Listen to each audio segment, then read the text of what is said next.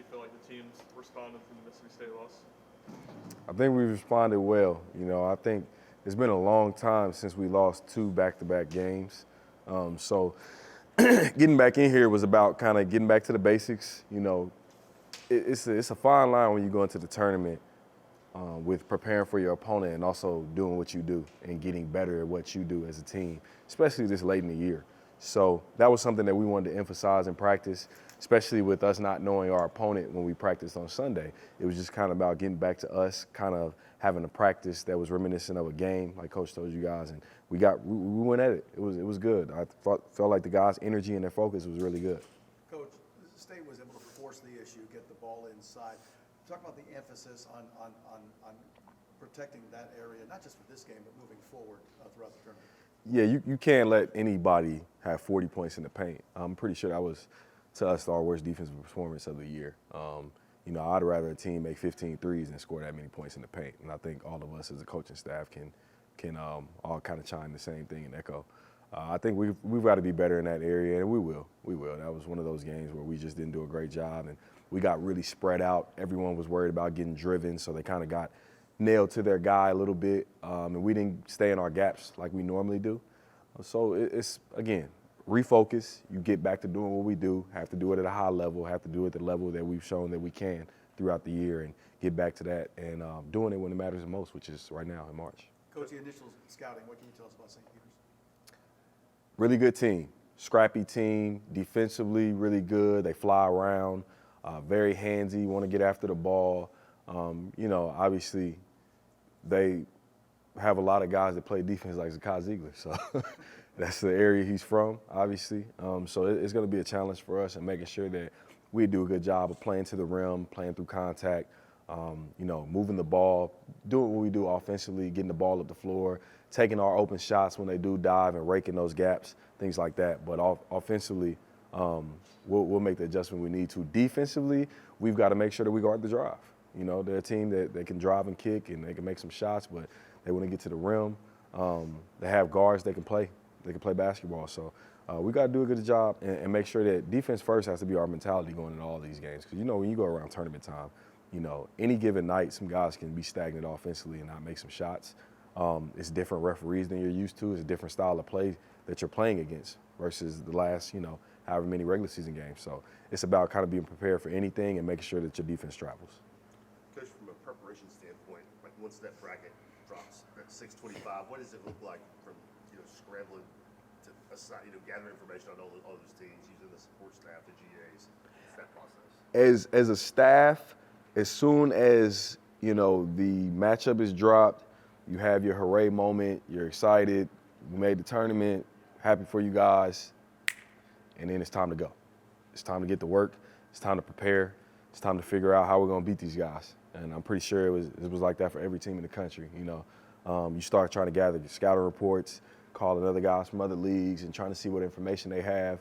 And, you make the tournament, and obviously I call a few guys that I know from other leagues and try to get information. And you get on the phone and nobody sounds happy. And it's not because they're not happy, it's just because they're focused. So it's no different here than it is anywhere else. It's like the switch goes on when you want to start preparing for what's to come. And you have a limited amount of days. So a team that you've never seen probably, never watched all year, you have to start preparing for them like it's your last game. So. How do you balance having that intensity and locked in nature while also trying to keep the guys loose and not making it more than it is? Yeah, you make sure that you stress to them how hard it is to get to this point and to not take it for granted. We have a locker room that has won a lot of games over the last years, right? We got a lot of guys that you would classify as winners. So certain things they don't celebrate as much as they probably should. And we try to make sure that we kind of keep the balance of that. Like, be happy for yourselves. You guys got to a point. Coach said it, in the team meeting the other day. Like, you guys should be proud of yourselves. It's really hard to get to this tournament. It's really hard to get here as many years straight as you guys have. But, now it's time to get a job done. And, do you want more? Which is the question that we've asked since we won a regular season title. Do you want more, or are you satisfied with what you have? And I think our guys want more. I'm pretty sure they do. Coach, talk about Zakai getting to see his brother and he's on the other team and all that. And what's the conversation been like in the locker room about that matchup? Yeah, no, it was funny because, you know, the guys before the draw was happening literally were talking about, man, what if we get St. Peter's? What if we get St. Peter's? Because, you know, a lot of our locker room knows Monty because on Zakai's visit, Armani came down. He was here on a visit. He was here late in the summer. So Monty comes down a lot, man. Monty is, I love Monty. I actually watched him during the summer after Zakai was already here. And, you know, Monty's like a little brother to all of us. So the fact that we're going to see him is fun. To be honest, the fact that we're going to see him is, you know, it's great and it feels like family. But for those 40 minutes, I'm going to hate Armani Ziegler. And I think everybody on our team will. But no, yeah, we love Monty. It's a great storyline. Obviously, Zakai getting able to play against his brother. I talked to a lot of Zakai's family. They're all super excited, happy. It's a beautiful moment for them because obviously they're seeing their boys in a place where they didn't really expect them to be years ago. So it's going to be a special moment. It's going to be fun. Are there any similarities between this program and the 2022 team, even though I know there's been a ton of turnover? Yeah, different coach, different staff, obviously different personnel. I would say the gritty, up-in-your-face style of play that they played before is the same. It's the same. This team is a little less talented offensively than that last group was, but defensively they're still physical. They're still really handsy. They try to get after you. They're going to be very reminiscent of that last team. So, you know, while playing St. Peter's, you know, you don't go into this game like, you know, you're playing a 15 seed. You know, you're playing St. Peter's, who actually 2 years ago beat Kentucky in the same round, right? So there's no, you know, we're going in and, you know, we just gotta, no, this is a huge game for us. This is a lot of attention to detail is gonna be put into play. Guys have to be locked in on the scouting report, and we have to go into this game understanding that if we don't go in understanding the urgency that we have to have in this game, this could be the last game that we play. So.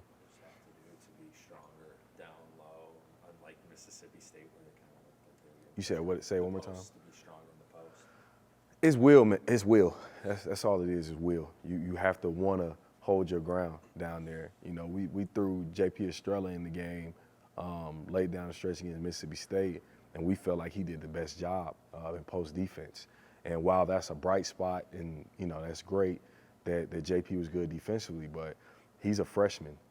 He's not supposed to be better than our senior and our junior down there, or I'm sorry, our senior and our sophomore down there.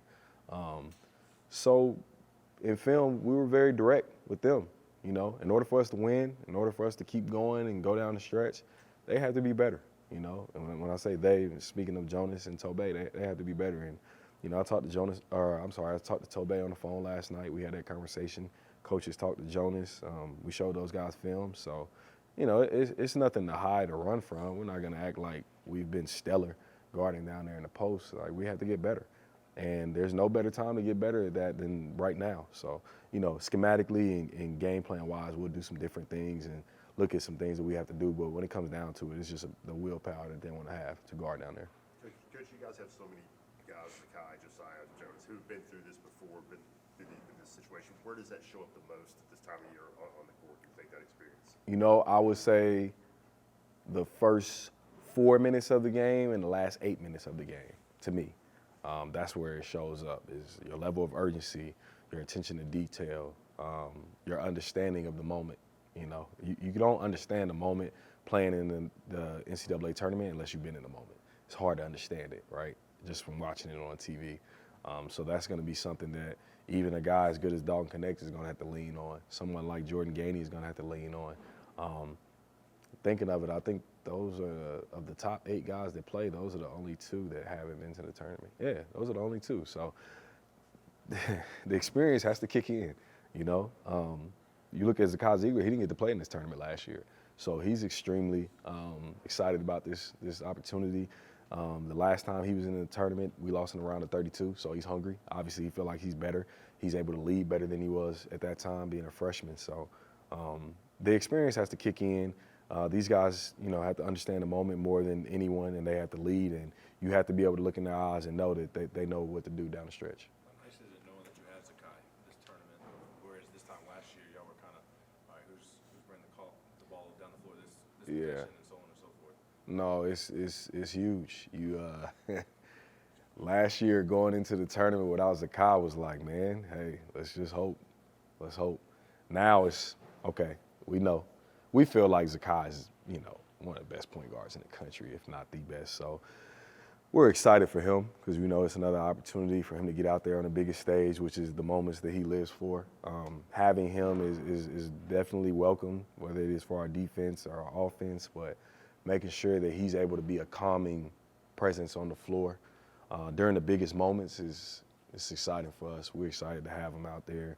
I'm happy for him, obviously, because he was missing this tournament last year, and we knew how bad he wanted to play. But it's gonna be great to have him back.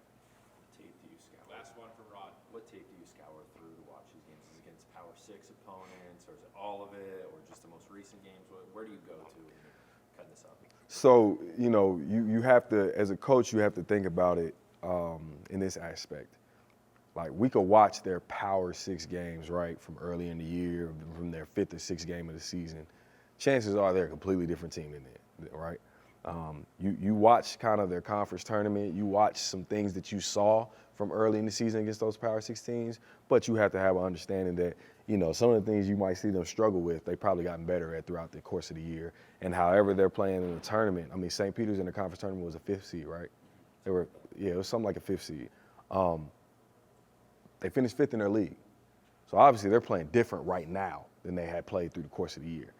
Guys in March, they get hot, they go on streaks, they go on runs, kind of like the last team did with Shaheen. And,